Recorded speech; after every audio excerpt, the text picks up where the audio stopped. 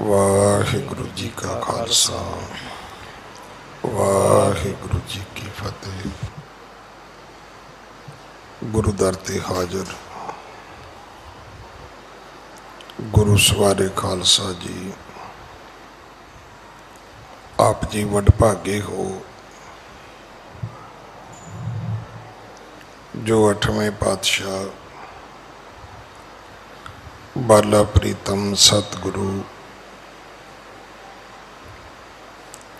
जिस डिठे सब दुख जाए, इन्हां अजमतां वडियाइयां दे मालिक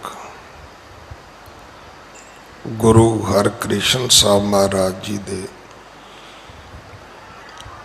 पवित्र चरण छोह प्राप्त इतिहासक अस्थान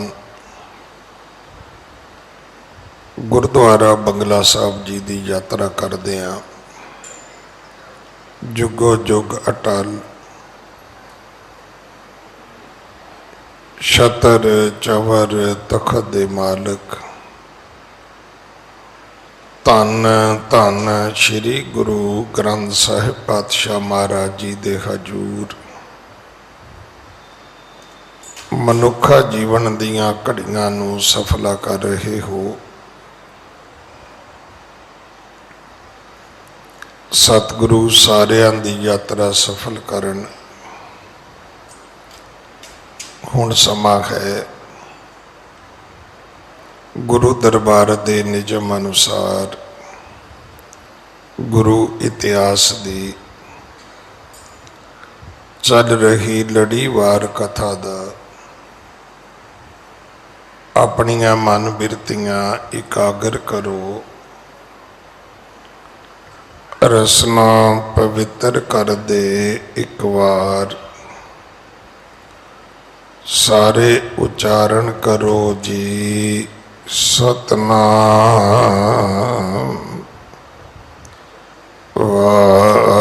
वाहिगुरु जी। ये इतिहास पहले पातशाह जाहर पीर जगत गुरु कल तारन आए श्री गुरु नानक देव महाराज जी का है। प्रसंग है भाई झंडे नूं अते बिसियर देश दे राजे सुदरसैन दे पनेवें इंद्रसैन नूं सतगुरु जी का ज्ञान बख्शना उपदेश देना। और ये गल अज आपां समझण की कोशिश करांगे कि ज्ञान किस अवस्था दे विच जाके प्राप्त हो सकता है। असी धर्म की दुनिया विच भी जिवें ऊड़े आड़े का ज्ञान है, ABC का ज्ञान है, पहाड़े ने मैथ है उहदा ज्ञान है। असी भी धर्म नूं इदां दा ही एक ज्ञान समझदे आ। ज्ञान का अर्थ साडे मुताबक केवल एक नॉलेज है, एक जान पछाण है।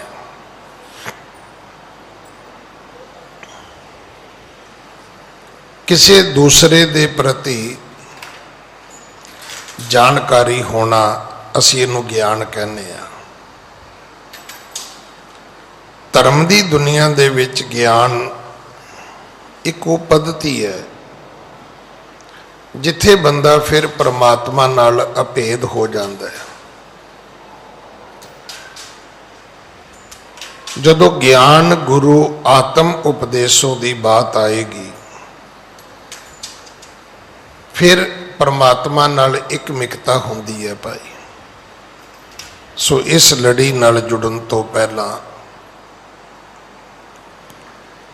थोड़ा जिहा समा जो अज कतक दा महीना आरंभ होया है, हर महीने वाले दिन ਆਪਾਂ ਮਾਂਝ ਰਾਗ ਵਾਲੇ 12 ਮਾਹਾਂ ਦੇ ਵਿੱਚੋਂ ਜੋ ਉਪਦੇਸ਼ ਗੁਰੂ ਅਰਜਨ ਦੇਵ ਪਿਤਾ ਮਹਾਰਾਜ ਬਖਸ਼ਦੇ ਨੇ ਆਪਾਂ ਉਸ ਨੂੰ ਦ੍ਰਿੜ ਕਰਦੇ ਹਾਂ। ਅੱਜ ਵੀ ਥੋੜਾ ਸਮਾਂ ਜੋ ਮਹੀਨੇ ਦਾ ਮੂਲ ਪਾਠ ਹੈ ਉਸ ਨੂੰ ਸਰਵਣ ਕਰੀਏ ਔਰ ਉਹਦੇ ਅਰਥ ਭਾਵ ਨੂੰ ਦ੍ਰਿੜ ਕਰਨ ਦੀ ਕੋਸ਼ਿਸ਼ ਕਰੀਏ। धर्म एक मुकम्मल जीवन जाच है। जे कोई आदमी कहे मैं धर्मी हाँ तो फिर वो अज्ञानियां वालियां गल्लां, मूर्खां वालियां गल्लां, हंकारियां वालियां गल्लां, अगर वो इस रस्ते ते तुरे है तो समझ लेना भी वो झूठ बोलता है। धर्मी होने तो बाद ये सारिया चीज़ां जिहड़ियां ने जीवन दे विचों मनफी हो जांदियां ने, खत्म हो जांदियां ने। तो धन गुरु अर्जन देव पिता महाराज उपदेश करते ने। हाँ जी, कतक कर्म कमावणे न काहूं जोग। सतगुरु जी समझाते ने कि कतक महीने का नाम है ते इस महीने दे राही जेड़े तुसी कर्म करने ने अपने कर्म करदे आ तुसी किसी दूसरे नूं जिम्मेवार नहीं स्थापित करना। इन्हीं के कर्म मैं करा ते जिम्मेवारी मैं किसी दूजे ते आयद कर दिया। हो ऐसा ही रहा है। एक बंदा शराब पी रहा है, ओ जी ये तो जी छोटे हुंदिया साडा बापू ही जेड़ा सी वो कहंदा सी चल काका थोड़ी जी पी ला, ठंड नहीं लगूगी। भी चलो ठीक है, थोड़ी जी उन्हें पियाती, फिर यारां दोस्तां ने पियाती, पर हुण ते तू मुल खरीद के पीना है और पी के रोज़ तू अपनी घरवाली नूं भी मारदा है, बच्चों नूं भी मारदा है, राह विच डिग के तू सट पेट भी लवाउणा है ते कई बारी झगड़े करदिया तू थाणे भी जाना है। पर अजे भी कसूर उन्हां दा ही है भी अजे भी बापू नरकां स्वर्गां चों आके तैनूं गलासी च पा के दिंदा है। सतगुरु कहते कर्म तू करदा है, दोष दूजिया ते आयद करदा है। कतक कर्म कमावणे दोष ना काहूं जोग। ऐ इंसान ये जिहड़ा रब ने तैनूं शरीर दिता है, देखो अज गुरुद्वारा बंगला साहब है, आपां नूं मन लेना चाहिए कि गुरु 8वें पातशाह जी तो पहला ही गुरुद्वारा हो ही नहीं सकता। गुरुद्वारा सीसगंज साहब गुरु 9वें पातशाह जी तो पहला तो नहीं हो सकता ना। आप कहिए जी 7वें पातशाह के वेले का बने।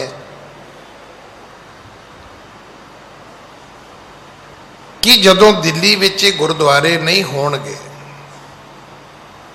एक वेला होएगा इत्थे मस्जिदां भी नहीं होणगियां, मंदिर भी नहीं होणगे,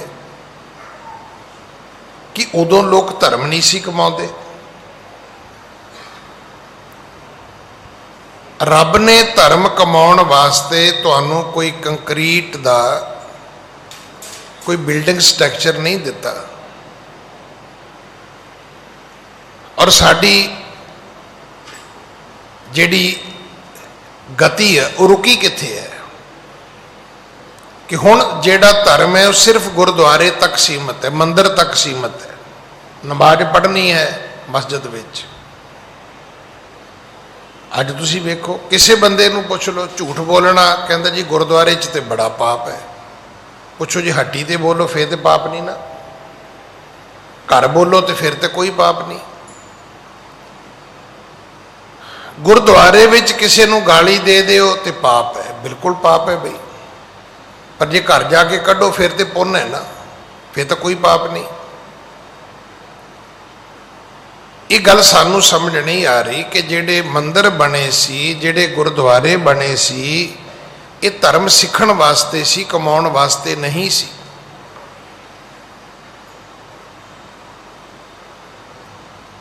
ये धर्म सीखण वास्ते सी। तुसी गुरुद्वारे आए, जोड़ियां दी सेवा कीती, तुहानू एक शिक्षा मिलनी चाहिए है। जिवें अमीर गरीब ऊच नीच दे जोड़े तुसी दो हथ लैके फड़े ने, तुसी उन्हां जोड़ियां नू झाड़िया, उन्हां नू पॉलिश कीता है, पर तुसी ये तो नहीं पूछा भी तेरी जात की है, तेरी क्लास की है, तू अमीर किन्ना है, गरीब किन्ना है, नहीं ना पूछया।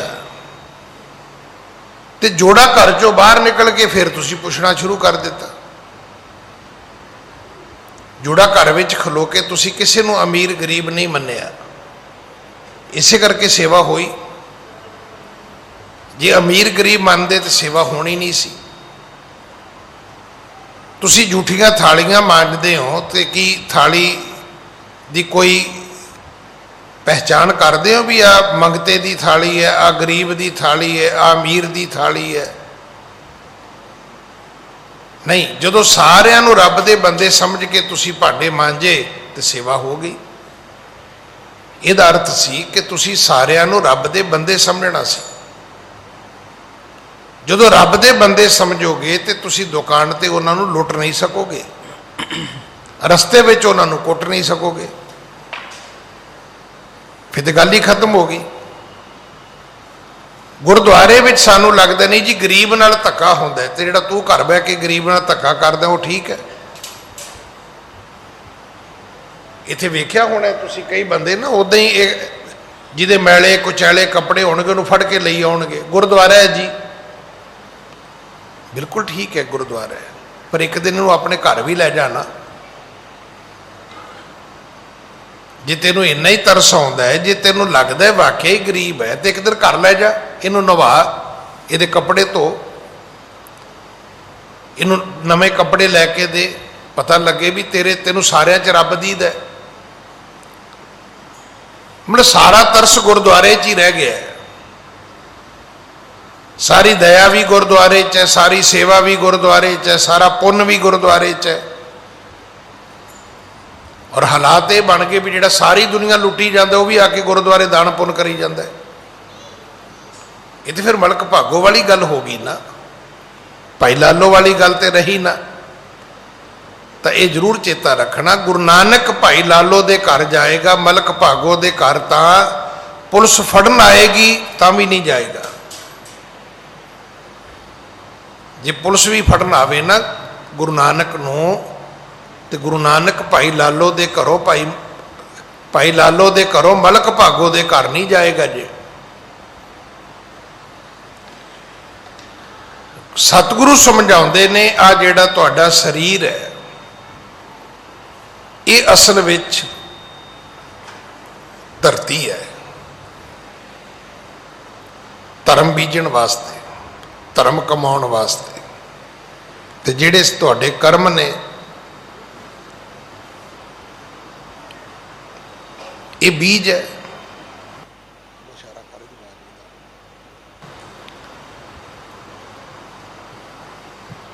जिहड़े तुहाडे कर्म ने ना यही बीज है।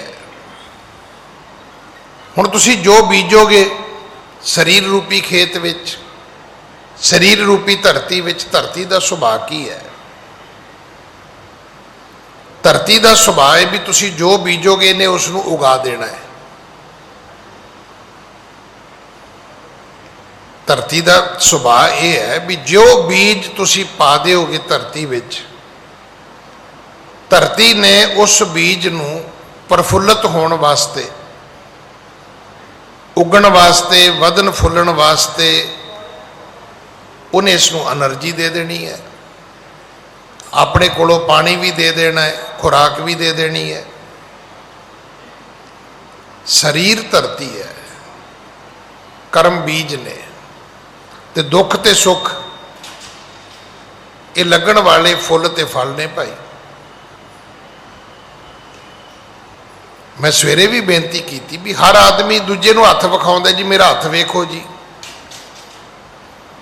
ਵੀ ਦੂਜਾ ਆਦਮੀ ਤੇਰਾ ਹੱਥ ਵੇਖ ਕੇ ਕੀ ਕਰੇਗਾ। ਥੋੜਾ ਜਿਹਾ ਜੋਤਿਸ਼ ਦੱਸ ਦੇਗਾ, ਥੋੜਾ ਜਿਹਾ ਟੇਵਾ ਲਾ ਦੇਗਾ, ਥੋੜਾ ਜਿਹਾ ਝੂਠ ਸੱਚ ਬੋਲ ਦੇਗਾ, ਕੀ ਫਰਕ ਪਏਗਾ। ਬੰਦਿਆ ਲੋੜ ਇਸ ਗੱਲ ਦੀ ਹੈ ਵੀ ਤੂੰ ਆਪਣੇ ਹੱਥਾਂ ਵੱਲ ਆਪ ਵੇਖ।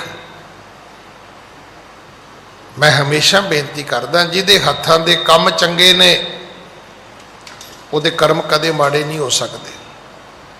ਸਵਾਲ ਹੀ ਪੈਦਾ ਨਹੀਂ ਹੁੰਦਾ ਕਿ ਚੰਗੇ ਕੰਮ ਕਰਨ ਵਾਲੇ ਦਾ ਫਿਊਚਰ ਮਾੜਾ ਹੋਵੇ, ਭਵਿੱਖ ਮਾੜਾ ਹੋਵੇ,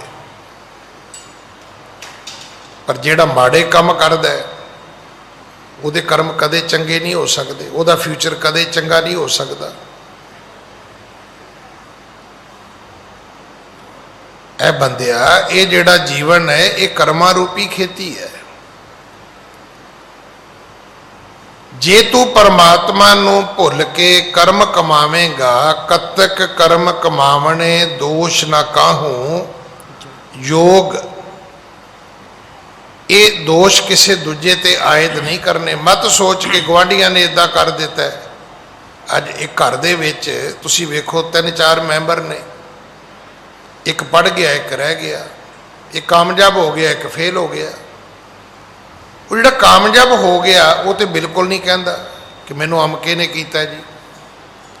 ਜਿਹੜਾ ਫੇਲ ਹੋ ਗਿਆ ਉਹ ਸਾਰਿਆਂ ਨੂੰ ਵਿੱਚੇ ਬੰਨੀ ਤੁਰਿਆ ਹੁੰਦਾ। ਉਹ ਕਦੇ ਕਹਿੰਦਾ ਜੀ ਮਾਂ ਨੇ ਰੋਟੀ ਨਹੀਂ ਪਕਾ ਕੇ ਦਿੱਤੀ, ਕਦੇ ਕਹਿੰਦਾ ਜੀ ਪਿਓ ਨੇ ਫੀਸ ਨਹੀਂ ਦਿੱਤੀ, ਕਦੇ ਕਹਿੰਦਾ ਜੀ ਦਾਦੀ ਦਾਦਾ ਤੇ ਚਾਹੁੰਦੇ ਨਹੀਂ ਸੀ ਮੈਂ ਪੜ੍ਹਾਂ। ਸਾਰੇ ਦੋਸ਼ ਲੋਕਾਂ ਤੇ ਲਾ ਦਿੱਤੇ। ਮੈਂ ਸਵੇਰੇ ਵੀ ਬੇਨਤੀ ਕੀਤੀ ਸੀ, ਮਹਾਰਾਜਾ ਰਣਜੀਤ ਸਿੰਘ 7 ਸਾਲ ਦੀ ਉਮਰ ਹੈ ਜਿੱਦਣ ਉਹਦੇ ਪਿਤਾ ਦੀ ਮੌਤ ਹੁੰਦੀ ਹੈ। ਹੁਣ ਪਿਤਾ ਦੇ ਮਰ ਜਾਣ ਤੋਂ ਬਾਅਦ ਤੇ ਬੱਚਾ ਜਿਹੜਾ ਉਹ ਤੇ ਵੈਸੇ ਅਨਾਥ ਹੋ ਜਾਣਾ ਚਾਹੀਦਾ, ਨਹੀਂ ਹੋਇਆ। 17 ਸਾਲ ਦੀ ਉਮਰ ਵਿੱਚ ਉਹਨੇ ਲਾਹੌਰ ਜਿੱਤ ਲਿਆ, ਫਤਿਹ ਕਰ ਲਈ, ਲਾਹੌਰ ਦਾ ਬਾਦਸ਼ਾਹ ਬਣ ਗਿਆ। 17 ਸਾਲ ਦੀ ਉਮਰ ਹੈ ਤੇ ਸਾਡੇ ਬੱਚੇ 17 ਸਾਲਾਂ ਦੇ 10ਵੀਂ ਨਹੀਂ ਪਾਸ ਕਰਦੇ, ਸਾਡੇ ਬੱਚੇ +2 ਨਹੀਂ ਕ੍ਰਾਸ ਕਰਦੇ। ਮੈਂ ਸਵੇਰੇ ਵੀ ਬੇਨਤੀ ਕੀਤੀ, ਹੁਣ ਵੀ ਕਰਨੀ ਚਾਹੁੰਦਾ ਕਿ ਚਾਹੀਦਾ ਤੇ ਇਹ ਸੀ ਕਿ ਜਦੋਂ ਅਸੀਂ ਗੁਰਦੁਆਰੇ ਆਈਏ ਤੇ ਅਸੀਂ ਆ ਕੇ ਕਹੀਏ ਗੁਰੂ ਨੂੰ ਵੀ ਸੱਚੇ ਪਾਤਸ਼ਾਹ ਸਾਨੂੰ ਸ਼ਕਤੀ ਦੇ, ਹਿੰਮਤ ਦੇ, ਅਸੀਂ ਕਰਮ ਕਰੀਏ। ਅਸੀਂ ਕੁਝ ਵੀ ਨਹੀਂ ਕਰਨਾ ਚਾਹੁੰਦੇ, ਪਰ ਇਹ ਜ਼ਰੂਰ ਚਾਹੁੰਦੇ ਆ ਮਹਾਰਾਜ ਸਾਰੇ ਸੁੱਖ ਮੈਨੂੰ ਦੇਵੇ, ਸਾਰੀਆਂ ਖੁਸ਼ੀਆਂ ਮੈਨੂੰ ਦੇਵੇ, ਸਾਰੀਆਂ ਬਰਕਤਾਂ ਮੈਨੂੰ ਦੇਵੇ। ਪੁੱਛੋ ਵੀ ਤੂੰ ਕੀ ਕਰੇਗਾ, ਤੂੰ ਵੀ ਕੁਝ ਕਰੇਗਾ ਕਿ ਨਹੀਂ ਕਰੇਗਾ। ਸਾਡੇ ਧਰਮ ਦਾ ਸਿਧਾਂਤ ਇਹ ਹੈ ਕਿ ਦੇ ਸ਼ਿਵਾ ਬਰ ਮੋਹੈ ਇਹ ਹੈ, ਸ਼ੁਭ ਕਰਮਨ ਤੇ ਕਬਹੂ ਨਾ ਟਰੋ। ਜਦੋਂ ਚੰਗੇ ਕੰਮ ਕਰਨ ਦੀ ਗੱਲ ਆਵੇ ਤੇ ਮੈਂ ਆਨਾਕਾਨੀ ਨਾ ਕਰਾਂ, ਮੈਂ ਪਾਸਾ ਨਾ ਵਟਾਂ, ਮੈਂ ਅੱਗੇ ਪਿੱਛੇ ਨਾ ਹੋਵਾਂ।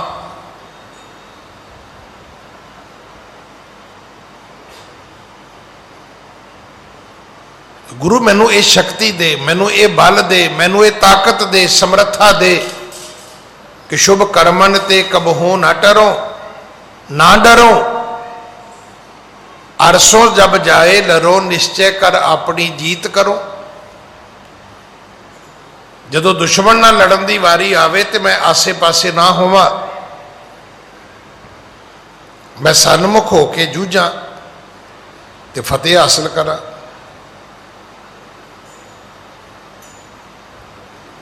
ਸਤਿਗੁਰੂ ਪਿਤਾ ਜੀ ਸਮਝਾਉਂਦੇ ਨੇ, ਕਤਕ ਕਰਮ ਕਮਾਵਣੇ ਦੋਸ਼ ਨਾ ਕਾਹੂ ਜੋਗ। ਇਸ ਮਹੀਨੇ ਵਿੱਚ ਜੋ ਕੰਮ ਤੁਸੀਂ ਕਰੋਗੇ, ਜੋ ਕਰਮ ਕਰੋਗੇ, ਤਾਂ ਇਹ ਜ਼ਰੂਰ ਚੇਤਾ ਰੱਖਣਾ ਉਹਨਾਂ ਕਰਮਾਂ ਦਾ ਫਲ ਤੁਸੀਂ ਭੋਗਣਾ ਹੈ। ਚੰਗੇ ਕਰੋਗੇ ਚੰਗਾ ਫਲ ਹੋਏਗਾ, ਮਾੜੇ ਕਰੋਗੇ ਮਾੜਾ ਫਲ ਹੋਏਗਾ। ਦੋਸ਼ ਕਿਸੇ ਦਾ ਨਹੀਂ ਹੈ, ਇਹਦੇ ਪ੍ਰਤੀ ਕੋਈ ਕਸੂਰਵਾਰ ਨਹੀਂ ਹੈ, ਇਹਦੇ ਪ੍ਰਤੀ ਦੂਜਾ ਕੋਈ ਬੰਦਾ ਗਿਲਟੀ ਨਹੀਂ ਹੋ ਸਕਦਾ। ਕਿਸੇ ਦੂਜੇ ਬੰਦੇ ਨੂੰ ਤੁਸੀਂ ਜ਼ਿੰਮੇਵਾਰ ਨਹੀਂ ਕਹਿ ਸਕਦੇ ਕਿ ਨਹੀਂ ਜੀ ਇਹਦੇ ਲਈ ਅਮਕਾ ਆਦਮੀ ਜ਼ਿੰਮੇਵਾਰ ਹੈ ਜੀ ਜਿਹੜੀ ਮੈਂ ਗਲਤੀ ਕੀਤੀ ਹੈ। ਨਹੀਂ, ਸਤਿਗੁਰੂ ਪਿਤਾ ਮਹਾਰਾਜ ਕਹਿੰਦੇ ਨੇ ਨਹੀਂ, ਦੋਸ਼ ਕਿਸੇ ਦਾ ਨਹੀਂ, ਇਹਦੇ ਲਈ ਤੂੰ ਆਪਣੇ ਕਰਮਾਂ ਦਾ ਖੁਦ ਆਪ ਜ਼ਿੰਮੇਵਾਰ ਹੈ। ਹਾਂਜੀ, ਪਰਮੇਸ਼ਰ ਤੇ ਭੁੱਲਿਆ ਵਿਆਪਨ ਸਭੇ ਰੋਗ। ਜੇ ਪਰਮੇਸ਼ਰ ਭੁੱਲ ਜਾਏ, ਜੇ ਤੂੰ ਪਰਮਾਤਮਾ ਨੂੰ ਭੁਲਾ ਕੇ ਕਰਮ ਕਰੇਗਾ ਤੇ ਸਾਰੇ ਰੋਗ ਜਿਹੜੇ ਨੇ ਉਹ ਤੇਰੇ ਜੀਵਨ ਵਿੱਚ ਲਾਗੂ ਹੋ ਜਾਣਗੇ। ਸਾਰੇ ਰੋਗ ਜਿਹੜੇ ਨੇ ਉਹ ਤੇਰੇ ਜੀਵਨ ਵਿੱਚ ਆ ਕੇ ਪੈਦਾ ਹੋ ਜਾਣਗੇ। ਸਾਡੇ ਸਰੀਰ ਵਿੱਚ ਜਿੰਨੇ ਵੀ ਰੋਗ ਨੇ ਇਹਨਾਂ ਚੋਂ ਬਾਹਰੋਂ ਕੁਝ ਨਹੀਂ ਆਉਂਦਾ। ਤੁਸੀਂ ਮੂੰਹ ਬੰਨ ਕੇ ਬੈਠੇ ਹੋ, ਇੱਥੋਂ ਉੱਠਾਂਗਾ ਮੈਂ ਵੀ ਮੂੰਹ ਬੰਨ ਲੈਣਾ ਹੈ। ਕਰੋਨਾ ਕੀ ਹੈ? ਕਹਿੰਦੇ ਬਾਹਰੋਂ ਆਏਗਾ, ਅੰਦਰ ਰਹਿਣੀ ਹੈ, ਅੰਦਰ ਕੁਝ ਨਹੀਂ ਹੈ। ਬਹੁਤ ਰੇਅਰ ਕੇਸ ਨੇ, ਬਿਮਾਰੀਆਂ ਨੇ ਜਿਹੜੀਆਂ ਤੁਹਾਨੂੰ ਕੋਈ ਤੁਹਾਡੇ ਪੂਰਬਲੇ ਜਨਮਾਂ ਦੇ ਕਰਮਾਂ ਕਰਕੇ ਆਉਂਦੀਆਂ ਨੇ।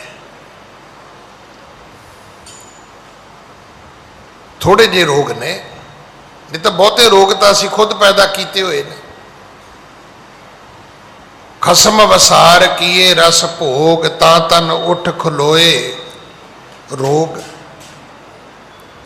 ਖਾਣ ਦਾ, ਪਹਿਨਣ ਦਾ, ਸਾਡਾ ਉੱਠਣ ਬੈਠਣ ਦਾ ਜਿਹੜਾ ਸਲੀਕਾ ਹੈ, ਤਰੀਕਾ ਹੈ, ਜਿਹੜੀ ਜੁਗਤੀ ਹੈ, ਇਹ ਸਾਰੀਆਂ ਗੱਲਾਂ ਉਹਦੇ ਵਿੱਚ ਜ਼ਿੰਮੇਵਾਰ ਨੇ। ਔਰ ਇਹ ਰੱਬ ਨੇ ਸਾਨੂੰ ਵਿਖਾਇਆ। ਮਾਰਚ ਤੋਂ ਬਾਅਦ ਕਿਸੇ ਨੂੰ ਖਾਂਸੀ ਨਹੀਂ ਹੋਈ, ਕਿਸੇ ਨੂੰ ਜ਼ੁਕਾਮ ਨਹੀਂ ਲੱਗਾ। ਕਹਿੰਦੇ ਜੀ ਹਸਪੀਟਲ ਦੀ OPD ਬੰਦ ਹੈ, ਤੇ ਬੰਦ ਤੇ ਲੋੜ ਹੀ ਨਹੀਂ ਸੀ ਕਿਸੇ ਨੂੰ, ਬੰਦ ਤਾਂ ਕੀ ਹੈ। ਸਾਰੇ ਤੱਤਾ ਪਾਣੀ ਪੀਂਦੇ ਸੀ, ਠੰਡਾ ਪੀਂਦਾ ਹੀ ਕੋਈ ਨਹੀਂ ਸੀ, ਸਾਰੇ ਠੀਕ ਠਾਕ ਸੀ।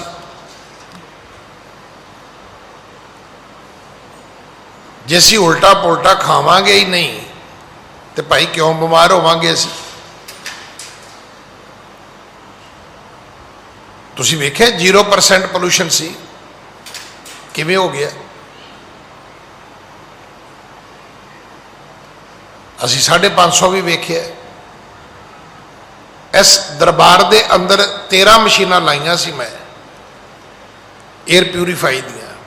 ਪੁੱਛੋ ਇਹ ਪੋਲੂਸ਼ਨ ਪੈਦਾ ਕਿਹਨੇ ਕੀਤਾ ਸੀ?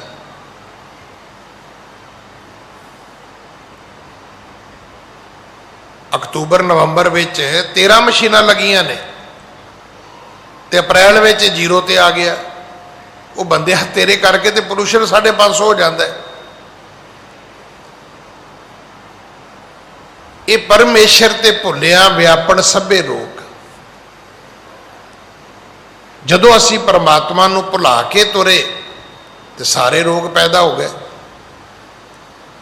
ਜਦੋਂ ਰੱਬ ਚੇਤੇ ਆਏਗਾ ਤੇ ਰੱਬ ਕੀ ਕਹਿੰਦਾ? ਰੱਬ ਕਹਿੰਦਾ ਵੀ ਤੇਰੀਆਂ ਲੋੜਾਂ ਇੰਨੀਆਂ ਨਹੀਂ ਜਿੰਨੀਆਂ ਤੇਰੀਆਂ ਵਾਸ਼ਨਾਵਾਂ ਨੇ। ਇਹ ਹਕੀਕਤ ਹੈ। ਸਾਡੀ ਲੋੜ ਇੰਨੀ ਨਹੀਂ ਹੈ ਜਿੰਨੇ ਸ਼ੌਕ ਨੇ ਸਾਡੇ। ਲੋੜ ਤੇ ਇੰਨੀ ਹੈ ਨਾ ਵੀ ਗਰਮੀ 'ਚ ਸਰਦੀ 'ਚ ਕੱਪੜੇ ਚਾਹੀਦੇ ਨੇ, ਗਰਮੀ ਸਰਦੀ ਸਾਨੂੰ ਖਾਣ ਲਈ ਭੋਜਨ ਚਾਹੀਦਾ ਹੈ, ਪਰ ਸ਼ੌਕ ਸਾਡੇ ਕਿੱਡੇ ਕਿੱਡੇ ਨੇ ਵੀ ਭੋਜਨ 7 ਸਟਾਰ ਦਾ ਚਾਹੀਦਾ, ਨਾਸ਼ਤਾ 5 ਸਟਾਰ ਦਾ ਚਾਹੀਦਾ। ਇਸ ਸ਼ੌਕ ਨੇ ਸਾਡੇ। ਫਾਸਟ ਫੂਡ ਜਿਹੜਾ ਉਹ ਇੱਧਰ ਦਾ ਚਾਹੀਦਾ, ਕਦੇ ਚਾਈਨੀਜ਼ ਚਾਹੀਦਾ, ਕਦੇ ਸਾਊਥ ਇੰਡੀਅਨ ਚਾਹੀਦਾ। ਇਹ ਸ਼ੌਕ ਨੇ ਸਾਡੇ। ਤੇ ਜੇ ਗੁਜ਼ਾਰਾ ਕਰਨਾ ਹੋਵੇ ਤੇ ਗੁਜ਼ਾਰਾ ਤੇ ਲੰਗਰ ਦੇ ਪ੍ਰਸ਼ਾਦੇ ਤੇ ਬੜਾ ਵਧੀਆ ਹੁੰਦਾ। ਸਾਡੇ ਬਜ਼ੁਰਗ ਕਹਿੰਦੇ ਸੀ ਦਾਲ ਰੋਟੀ ਘਰ ਦੀ, ਦੀਵਾਲੀ ਅੰਮ੍ਰਿਤਸਰ ਦੀ।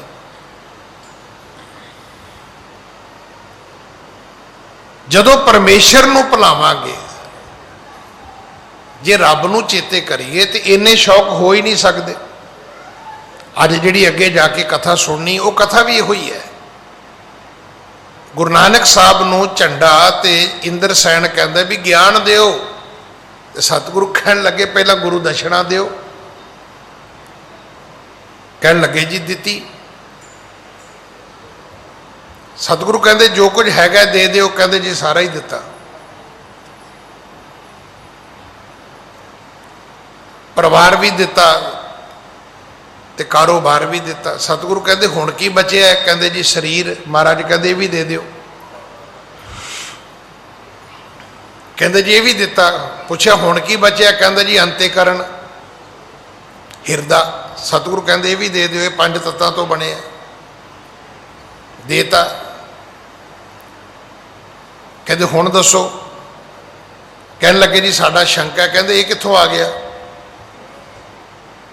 ਵੀ ਪਰਿਵਾਰ ਤੁਹਾਡੇ ਕੋਲ ਨਹੀਂ, ਕਾਰੋਬਾਰ ਤੁਹਾਡੇ ਕੋਲ ਨਹੀਂ, ਸਰੀਰ ਤੁਹਾਡੇ ਕੋਲ ਨਹੀਂ, ਅੰਤੇਕਰਨ ਤੁਹਾਡੇ ਕੋਲ ਨਹੀਂ, ਸੰਸਾ ਕਿੱਥੋਂ ਆ ਗਿਆ? ਫਿਰ ਉਹਨਾਂ ਦੇ ਦਿਮਾਗ 'ਚ ਖੁੜਕੀ ਵੀ ਇਹ ਤੇ ਗੱਲ ਤੇ ਠੀਕ ਹੈ ਵੀ ਜਦੋਂ ਮਨ ਤੇ ਗੁਰੂ ਨੂੰ ਦੇ ਦਿੱਤਾ। ਸੰਕਲਪ ਜਿਹੜੇ ਨੇ ਇਹ ਮਨ ਦਾ ਵਿਸ਼ਾ ਹੈ, ਇਹ ਵੀ ਖਤਮ ਹੋ ਗਿਆ। ਸਤਿਗੁਰੂ ਪਿਤਾ ਸਮਝਾਉਂਦੇ ਨੇ ਪਰਮੇਸ਼ਰ ਤੇ ਭੁੱਲਿਆ ਵਿਆਪਣ ਸਭੇ ਰੋਗ।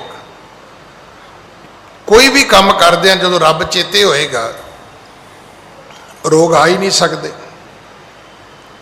ਤੇ ਜਦੋਂ ਰੱਬ ਨੂੰ ਭੁਲਾ ਕੇ ਕੰਮ ਕਰਾਂਗੇ ਤੇ ਰੋਗ ਸਾਰੇ ਲੱਗਣਗੇ ਭਾਈ। ਮਾੜਾ ਕੰਮ ਉਦੋਂ ਹੀ ਹੋਏਗਾ ਜਦੋਂ ਰੱਬ ਭੁੱਲੇਗਾ। ਜੇ ਰੱਬ ਚੇਤੇ ਹੋਵੇ ਤਾਂ ਆਪਾਂ ਕਿਸੇ ਨਾਲ ਠੱਗੀ ਕਰ ਸਕਦੇ ਆ, ਕਿਸੇ ਦੀ ਚੋਰੀ ਕਰ ਸਕਦੇ ਆ, ਕਿਸੇ ਨਾਲ ਹੇਰਾ ਫੇਰੀ ਕਰ ਸਕਦੇ ਆ। ਜੇ ਰੱਬ ਚੇਤੇ ਹੋਵੇ ਕਿਸੇ ਦਾ ਹੱਕ ਮਾਰ ਸਕਦੇ ਆ ਆਪਾਂ। ਜੇ ਰੱਬ ਚੇਤੇ ਹੋਵੇ ਕਿਸੇ ਨੂੰ ਮਾੜੀ ਸਲਾਹ ਦੇ ਸਕਦੇ ਆ ਆਪਾਂ। ਜੇ ਰੱਬ ਚੇਤੇ ਹੋਵੇ ਕਿਸੇ ਨੂੰ ਧੱਕਾ ਮਾਰ ਸਕਦੇ ਆ ਆਪਾਂ, ਕਿਸੇ ਦਾ ਗਲ ਘੁੱਟ ਸਕਦੇ ਆ ਆਪਾਂ। ਨਹੀਂ, ਕੁਝ ਹੋ ਹੀ ਨਹੀਂ ਸਕਦਾ ਕੁਝ ਨਾ ਭਾਈ। ਸਦ ਸੁਣਦਾ, ਸਦ ਵੇਖਦਾ।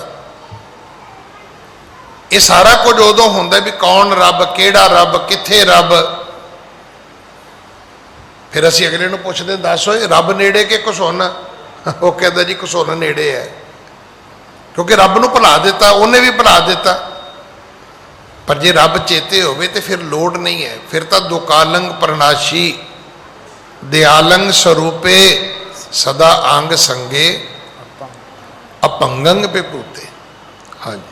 ਵਿਮੁਖ ਹੋਏ RAM ਤੇ ਲੱਗਣ ਜਨਮ ਵਿਜੋਗ। ਜਦੋਂ ਪਰਮਾਤਮਾ ਤੋਂ ਬੇਮੁਖ ਹੋਵਾਂਗੇ ਤੇ ਕੇਵਲ ਦੁੱਖ ਨਹੀਂ ਲੱਗਣਗੇ, ਕਹਿੰਦੇ ਜਨਮਾਂ ਦੇ ਗੇੜ ਪੈਣਗੇ। ਤੇ ਜਨਮ ਕਿੰਨੇ ਨੇ? ਜਨਮ ਤੇ ਭਾਈ 84 ਲੱਖ ਨੇ। ਮੇਰੇ ਖਿਆਲ 84 ਲੱਖ ਤੇ ਆਪਾਂ ਰੁਪਈਏ ਨਹੀਂ ਗਿਣ ਸਕਦੇ। ਕਿਤੇ ਉਹ ਰਾਮਦੇਵ ਦੇ ਕਹਿਣ ਵਾਂਗੂ ਤੇ ਕਹਿੰਦਾ ਸੀ, ਕਹਿੰਦੇ 20-20 ਦੇ ਨੋਟ ਬਣਾ ਦਿਓ। ਅਗਲੇ ਨੇ 2000 ਦੇ ਬਣਾਤੇ। ਉਹ ਕਹਿੰਦਾ ਸੀ 20-20 ਦੇ ਬਣਾ ਦਿਓ। ਅਗਲੇ ਨੇ ਕਿਹਾ ਵੀ ਰਾਮਦੇਵ ਜੀ ਤੁਹਾਡੀ ਇੱਕ ਗੱਲ ਤੇ ਮੰਨ ਲੈਂਦੇ ਆ 20 ਵਾਲੀ, ਤੇ ਥੋੜ੍ਹੀਆਂ ਜਿਹੀਆਂ ਨਾਲ ਸਿਫਰਾਂ ਲਾ ਦਿੰਦੇ ਆ। ਤੇ ਜੇ ਕਿਤੇ 20-20 ਵਾਲੇ 84 ਲੱਖ ਗਿਣਨੇ ਹੋਣ ਤੇ ਮੇਰਾ ਖਿਆਲ ਮੂੰਹ ਦਾ ਥੁੱਕ ਮੁੱਕ ਜੇਗਾ। ਫਿਰ ਤਾਂ ਘਰਦਿਆਂ ਨੂੰ ਕਹਿਣਾ ਪੈਣਾ ਵੀ 2 ਕੌਲੀਆਂ ਪਾਣੀ ਦੀਆਂ ਰੱਖ ਦਿਓ ਲਾਗੇ। 84 ਲੱਖ ਜੂਨਾਂ ਦਾ ਗੇੜ ਹੈ, ਨੋਟਾਂ ਦੀ ਗਿਣਤੀ ਨਹੀਂ ਹੈ। ਇਹ ਤਾਂ ਬੇਮੁਖ ਹੋਏ RAM ਤੇ ਲੱਗਣ ਜਨਮ ਵਜੋਗ। ਹਾਂਜੀ। ਖਿਨ ਮਹਿ ਕੌੜੇ ਹੋਏ ਗਏ ਜਿਤੜੇ ਮਾਇਆ ਭੋਗ। ਇੱਕ ਛਿਣ ਮਾਤਰ ਸਮੇਂ ਵਿੱਚ ਕੌੜੇ ਹੋ ਜਾਣਗੇ ਕੀ? ਜਿਹੜੇ ਮਾਇਆ ਦੇ ਭੋਗ ਨੇ, ਜਿਨ੍ਹਾਂ ਚੀਜ਼ਾਂ ਪਿੱਛੇ ਰੱਬ ਭੁਲਾਇਆ। ਜਿੱਦਣ ਰੱਬ ਭੁੱਲ ਗਿਆ ਇਹ ਚੀਜ਼ਾਂ ਬੰਦਿਆ ਤੇਰੇ ਖਾਣ ਜੋਗੀਆਂ ਨਹੀਂ ਰਹਿਣੀਆਂ। ਰੱਬ ਭੁੱਲਿਆ ਸੀ ਨਾ, ਕਿਹੜੀ ਚੀਜ਼ ਸਾਡੇ ਖਾਣ ਜੋਗੀ ਰਹੀ? ਅਸੀਂ ਚੀਜ਼ਾਂ ਖਾਣ ਤੋਂ, ਚੀਜ਼ਾਂ ਨੂੰ ਹੱਥ ਲਾਉਣ ਤੋਂ ਇਨਕਾਰੀ ਹੋ ਗਏ। ਹਾਂਜੀ। ਵਿੱਚ ਨਾ ਕੋਈ ਕਰ ਸਕੈ ਕਿਸ ਥੈ ਰੋਵੈ ਰੋਜ। ਪਰਮੇਸ਼ਰ ਨੂੰ ਭੁੱਲਣ ਕਰਕੇ ਦੁੱਖ ਆਏ, ਵਿਜੋਗ ਆਏ। ਹੁਣ ਇਹਦੇ ਵਿੱਚ ਕੋਈ ਮੇਰੇ ਵਰਗਾ ਦੁਨਿਆਵੀ ਬੰਦਾ ਕੀ ਮਦਦ ਕਰ ਸਕਦਾ ਹੈ? ਕਰ ਸਕਦਾ ਮਦਦ ਭਾਈ ਜੇ ਕੋਈ ਪੈਸਿਆਂ ਦੀ ਗੱਲ ਹੋਵੇ, ਕੋਈ ਦਵਾਈ ਬੂਟੀ ਦੀ ਗੱਲ ਹੋਵੇ। ਮਸਲਾ ਤੇ ਰੱਬ ਤੋਂ ਭੁੱਲਣ ਦਾ। ਜਿਹੜੀਆਂ ਬਿਮਾਰੀਆਂ ਆਈਆਂ ਨੇ, ਜਿਹੜੇ ਦੁੱਖ ਆਏ ਨੇ, ਉਹ ਰੱਬ ਨੂੰ ਭੁੱਲਣ ਕਰਕੇ ਆਏ ਨੇ। ਉਹਦੇ 'ਚ ਤਾਂ ਗੁਰੂ ਹੀ ਕੁਝ ਕਰ ਸਕਦਾ, ਕੋਈ ਬੰਦਾ ਕੁਝ ਨਹੀਂ ਕਰ ਸਕਦਾ। ਕੋਈ ਤੁਹਾਡੀ ਮਦਦ ਨਹੀਂ ਕਰੇਗਾ। ਹਾਂਜੀ। ਕੀਤਾ ਕਿਛੂ ਨਾ ਹੋਵਈ ਲਿਖਿਆ ਧੁਰ ਸੰਜੋਗ। ਕੀਤੇ ਹੋਏ ਕਰਮ ਜਿਹੜੇ ਸੀ ਉਹ ਮਸਤਕ ਦੇ ਲੇਖ ਬਣ ਗਏ ਤੇ ਲਿਖੇ ਹੋਏ ਸੰਜੋਗਾਂ ਦੇ ਕਾਰਨ ਕਹਿੰਦੇ ਭਾਈ ਹੁਣੇ ਮਿਟ ਵੀ ਨਹੀਂ ਸਕਦੇ। ਇਹ ਤਾਂ ਕੀਤਾ ਕਿਛੂ ਨਾ ਹੋਵਈ ਲਿਖਿਆ ਧੁਰ ਸੰਜੋਗ, ਹੱਥਾਂ ਦੇ ਕੀਤੇ ਕੰਮ ਮੱਥੇ ਦੇ ਲੇਖ ਬਣ ਗਏ, ਭਾਗ ਬਣ ਗਏ। ਹਾਂਜੀ, ਵੱਡ ਭਾਗੀ ਮੇਰਾ ਪ੍ਰਭ ਮਿਲੈ ਤਾਂ ਉਤਰੈ ਸਭ ਵਿਯੋਗ। ਵੱਡੇ ਭਾਗ ਹੋਣਗੇ ਜਦੋਂ ਪ੍ਰਭੂ ਮਿਲੇਗਾ ਤੇ ਇਹ ਵਿਯੋਗ ਸਾਰੇ ਮੁੱਕ ਜਾਣਗੇ, ਵਿਛੋੜੇ ਦੇ ਦੁੱਖ ਮੁੱਕ ਜਾਣਗੇ ਜਦੋਂ ਪ੍ਰਭੂ ਮਿਲੇਗਾ ਤਾਂ। ਹਾਂਜੀ, ਨਾਨਕ ਕਹੋ ਪ੍ਰਭ ਰਾਖ ਲੇਹ ਮੇਰੇ ਸਾਹਿਬ ਬੰਦੀ ਮੋਚ। ਪੰਜਵੇਂ ਸਤਿਗੁਰੂ ਬੇਨਤੀ ਕਰਦੇ ਨੇ, ਕਹਿੰਦੇ ਵੀ हे ਪ੍ਰਮਾਤਮਾ ਮੈਨੂੰ ਨਾਨਕ ਨੂੰ ਰੱਖ ਲੈ, ਤੂੰ ਬੰਧਨ ਮੋਚਣ ਵਾਲਾ ਹੈ, ਕੱਟਣ ਵਾਲਾ ਹੈ। ਕੁਰੂਕਸ਼ੇਤਰ ਦੇ ਵਿੱਚ ਇੱਕ ਸਥਾਨ ਹੈ, ਉਹਨੂੰ ਕਪਾਲ ਮੋਚਨ ਕਹਿੰਦੇ ਨੇ, ਜਿੱਥੇ ਕਪਾਲੀ ਕੱਟੀ ਗਈ ਸੀ। ਮੋਚਨ ਦਾ ਅਰਥ ਹੁੰਦਾ ਹੈ ਕੱਟਣਾ। ਹਾਂਜੀ, ਕਤਕ ਹੋਵੇ ਸਾਧ ਸੰਗ ਬਿਨ ਸਹਿ ਸਭੇ ਸੋਚ।